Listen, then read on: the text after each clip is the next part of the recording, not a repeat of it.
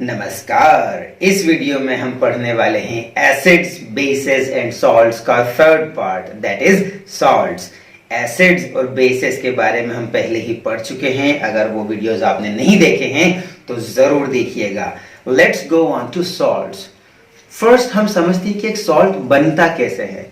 So basically ये एक reaction से बनता है जिसको हम प्यार से न्यूट्रलाइजेशन रिएक्शन कहते हैं। एक न्यूट्रलाइजेशन रिएक्शन क्या होती है? When an acid reacts with a base it forms a salt and water.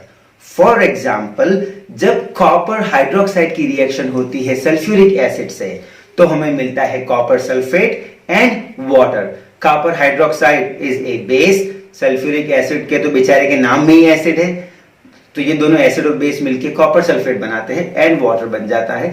This is how we get a salt.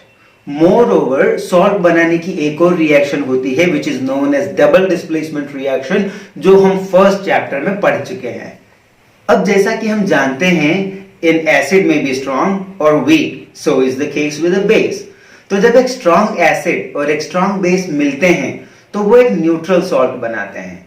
जब एक स्ट्रॉन्ग एसिड और वीक बेस मिलता है तो जो सॉल्ट बनता है that is slightly acidic. Similarly, जब एक वीक एसिड और स्ट्रॉन्ग बेस मिलकर सॉल्ट बना रहा है तो वो सॉल्ट जो है थोड़ा सा बेसिक होता है। In this chapter, we have to study a total of 5 salts. First is common salt, then bleaching powder, baking soda, washing soda, and plaster of Paris or simply POP. चलिए शुरू करते हैं कॉमन सॉल्ट से। Common salt वही नमक होता है जो सब्जी में डलता है। साइंस की लैंग्वेज में इसको सोडियम क्लोराइड कहा जाता है। लेकिन अगर सब्जी में कभी नमक थोड़ा कम हो तो मम्मी को आप ये मत बोलना मम्मी सोडियम क्लोराइड दे दो। मम्मी का दिमाग खराब हो गया तो सोडियम क्लोराइड की जगह कुछ और भी दे सकते हैं। वैसे तो कॉमन सॉल्ट हमें सी वाटर से ही मिल जाता है, लेकिन इसको हम लैब में बना सकते हैं केमिकली बाय न्यूट्रलाइजेशन रिएक्शन। इसके लिए हमें सोडियम हाइड्रोक्साइड की और हाइड्रोक्लोरिक एसिड की रिएक्शन करवानी पड़ती है, जिससे हमें सोडियम क्लोराइड और वाटर मिलता है। अगर आप कॉमन सॉल्ट के यूजेस की बात करें तो पहला तो जैसे मैंने बोला है, it is used in cooking, it is also used as a preservative in pickles. और अगर आप नहाने में विश्वास करते हैं तो आपको सोप की जरूरत पड़ती होगी। सोप बनाने में भी सोडियम क्लोराइड का यूज होता है। मोर ओवर, आइस को मेल्ट करने के लिए भी NaCl का यूज किया जाता है। अगला सॉल्ट है ब्लीचिंग पाउडर, जिसका साइंटिफिक नेम है कैल्शियम ऑक्सीक्लोराइड और इसका फॉर्मूला है CaOCl2। इसको बनाने के लिए हम कैल्शियम हाइड्रोक्साइड यानी ड्राई स्लेक्ड लाइम के ऊपर से पास करते हैं chlorine gas. Bleaching powder is used in the textile industry for the bleaching of cotton and linen in particular. Moreover, paper industry में भी इसका यूज किया जाता है। वुड पल्प की ब्लीचिंग करके पेपर बनता है। It is used in the purification of water. It makes water free from germs. It is also used as an oxidizing agent. और सबसे इंपॉर्टेंट यूज जो आपके काम का है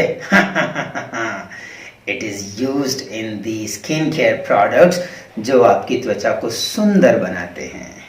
the next salt is baking soda, जिसका साइंटिफिक नेम है sodium hydrogen carbonate and it's formula is NaHCO3। इसको बनाने के लिए बहुत सारी चीजों की खिचड़ी बनानी पड़ती है। Sodium chloride, water, carbon dioxide और अमोनिया। बाप रे, इन सबको मिला के 2 चीजें बनती है, सोडियम हाइड्रोजन कार्बोनेट और ammonium chloride. Now let us talk about the uses of baking soda. Baking soda is used for faster cooking.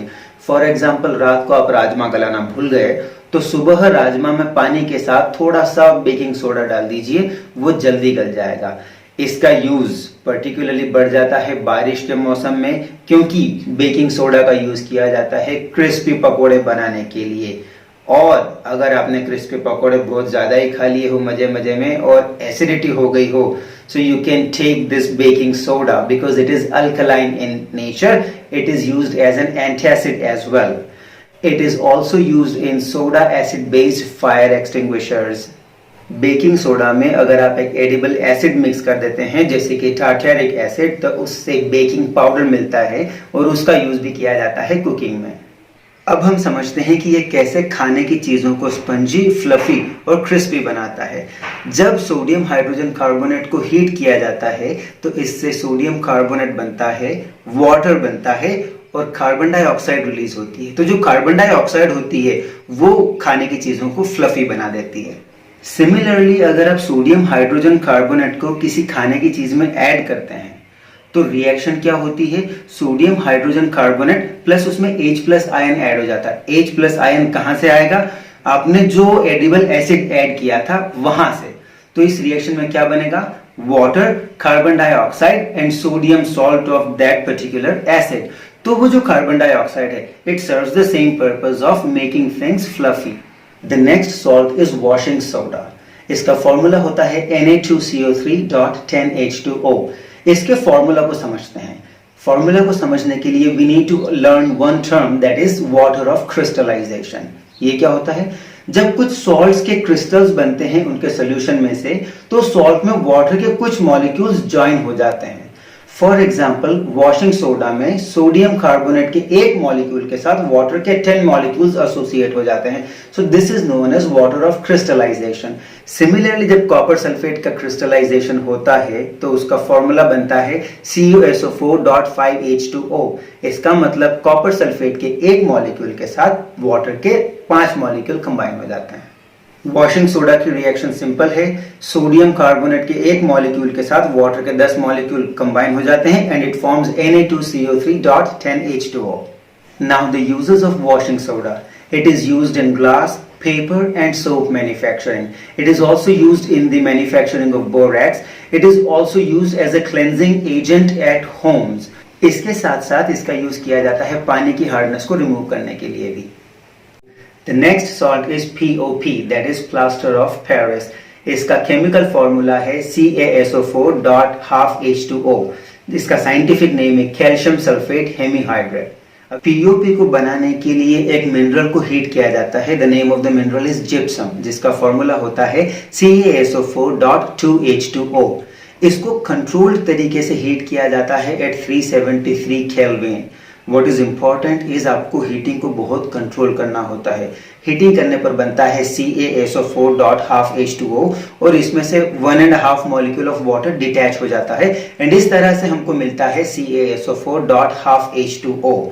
इसमें एक बहुत इंपॉर्टेंट चीज समझने की है, वो ये है कि हाफ मॉलिक्यूल एग्जिस्ट नहीं करता है। तो फिर हम CaSO4.12H2O क्यों लिखते हैं, वो इसलिए कि वाटर ऑफ क्रिस्टलाइजेशन की डेफिनेशन ये होती है कि सॉल्ट के एक मॉलिक्यूल के साथ वाटर के कितने मॉलिक्यूल्स अटैच हो रहे हैं।